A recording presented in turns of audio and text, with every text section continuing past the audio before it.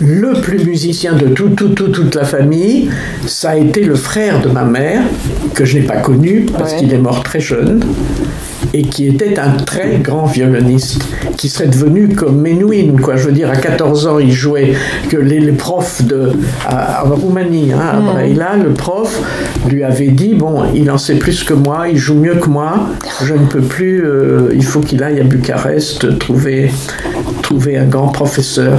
Et il devait jouer avec Enesco, tu vois, il devait prendre des leçons. Et puis il est mort à la guerre de 14 en faisant son service militaire. Et il s'appelait comment? Paul, on disait en roumain.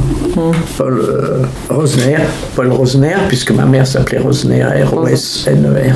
Voilà, Paul Rosner. Et ça, c'était la grande souffrance de ma mère, ça a été de perdre son frère. Et puis il est mort gazé. Parce qu'ils ont, en guerre de 14, il y a eu beaucoup de morts de jeunes comme ça, gazés. Ils ont pris des gaz, je ne sais plus comment ça s'appelait. Gaz moutarde.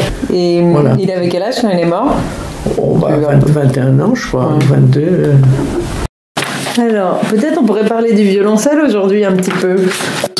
Quand tu veux, déjà peut-être un peu son origine. Son origine. Voilà. Bon, le violoncelle, je l'ai depuis la classe de 4e, parce que jusque-là, j'avais un demi et un 3/4, donc c'était loué. Puis en 4e, j'avais déjà une bonne taille, donc j'ai pu, on m'a acheté, et c'est le dernier cadeau de mon père, puisque après, après il est mort, il s'est suicidé l'année où j'étais en 4e. D'accord. Bon, donc je l'ai depuis longtemps, tu vois, et pendant toutes les années de guerre, il est resté à Paris, et nous, on est partis se cacher avec ma mère et mes 2 sœurs, enfin bon, et il était resté à Paris, dans notre appartement, avec notre bonne, s'était installée là avec sa fille pour garder l'appartement, pour que la Gestapo ne vienne pas mettre tout ça en l'air, quoi. Et donc, je n'ai pas eu le violoncelle pendant toute la guerre, mais on en avait loué un à Grenoble pour que je puisse... à Villard-de-Lans. On a fait longtemps de la musique de chambre avec un excellent pianiste qui nous a tout appris en musique de chambre quand nous étions jeunes, hein, quand nous étions étudiants, tout ça. Il avait aussi été chef d'orchestre du petit orchestre de l'École normale supérieure. D'abord à Henri IV et puis à l'École normale supérieure, il était le chef d'orchestre. D'ailleurs, tous ceux qui jouaient dans l'orchestre de Normale Sup, c'est des scientifiques, c'est amusant. Et moi, j'ai joué assez longtemps, 2-3 ans avec eux. J'avais comme voisin de pupitre un gars qui jouait magnifiquement du violoncelle, qui ne m'a jamais adressé la parole pendant les 2 ans,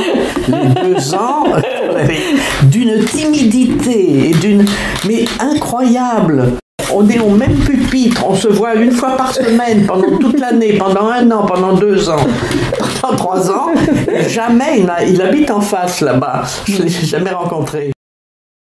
C'était du quatuor à cordes, avec Serge Berland, là, d'accord. Avec Serge Berland, que j'ai connu à l'orchestre de Normale Sup. Il était second violon là.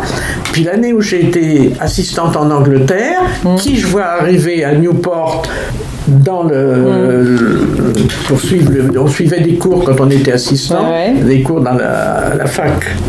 En fait, c'était à la fac de Cardiff qu'on allait suivre le cours, et je vois arriver Serge Berland, qui avait été second violon dans l'orchestre de Normale Sup, et qui connaissait donc et Marcotte et Poitou et tous ces gens-là, et on s'est parlé pour la première fois, parce que autrement à l'orchestre on se parlait pas. Bien sûr. Il a été second violon là derrière, et moi j'étais violoncelliste. On s'est tombé presque dans les bras, tu vois, se retrouver à Newport et Cardiff, et on est devenus très copains, enfin c'était un peu comme un frère pour moi pendant des années après Serge Berland. Pour lui, j'étais sa sœur, je sais pas quoi.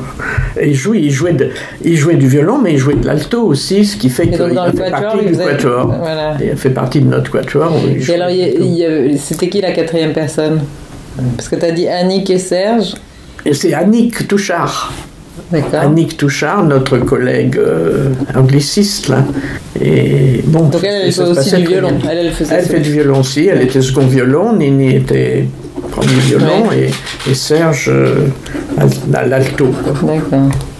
Et là, vous avez joué quoi comme répertoire? Tous les Haydn, Beethoven, certains quatuors de Beethoven, certains quatuors de Mozart. Peut-être qu'on pourrait parler, pour ton violoncelle, de comment il a été volé et comment il a été retrouvé, là, il y a quelques années, si tu te souviens un peu de toute cette histoire-là. Je vais te raconter en détail comment ça s'est passé. Bon, on sonne à ma porte, et j'étais allé, effectivement, ça commence comme ça, j'étais allé au BHV, j'avais acheté un lit supplémentaire.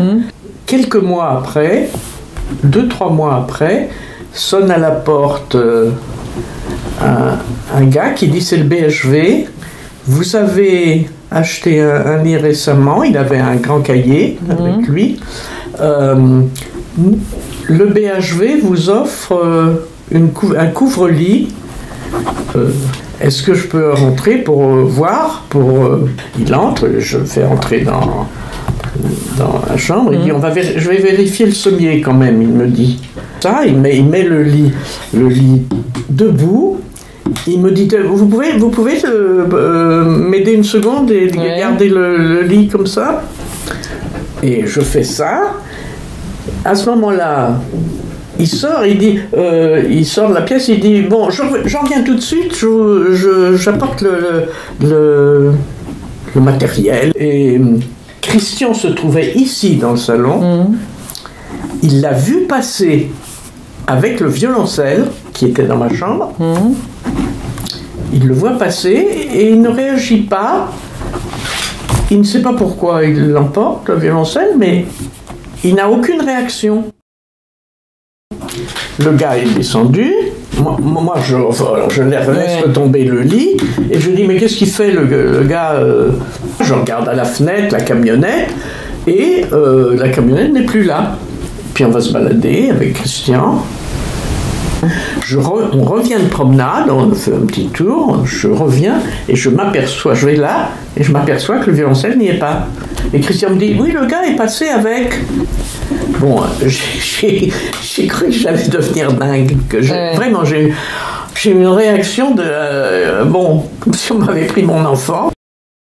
Vraiment, c'est un violoncelle que j'avais depuis l'âge de 14 ans. Je veux dire, c'était un truc à quoi je tenais, puis c'est un violoncelle, quoi. Je veux dire, il avait passé la guerre, il avait passé des choses difficiles, tu vois. Il m'en était privé pendant toute la guerre. Après, je suis revenu, je l'avais trouvé. Bon.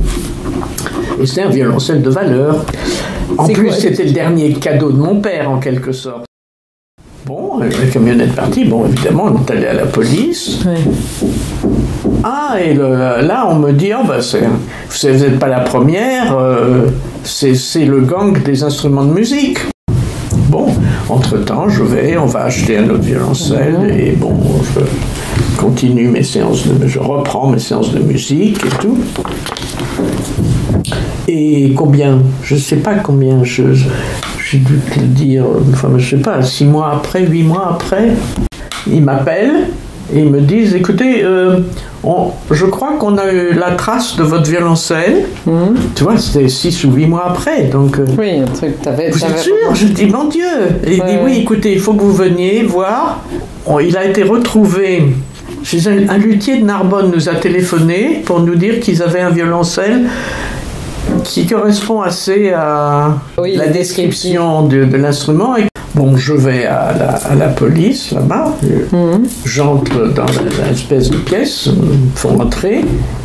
Et je le reconnais instantanément. Il était dans un état pitoyable. Il n'y avait plus la touche, il n'y avait plus les cordes. Il y avait...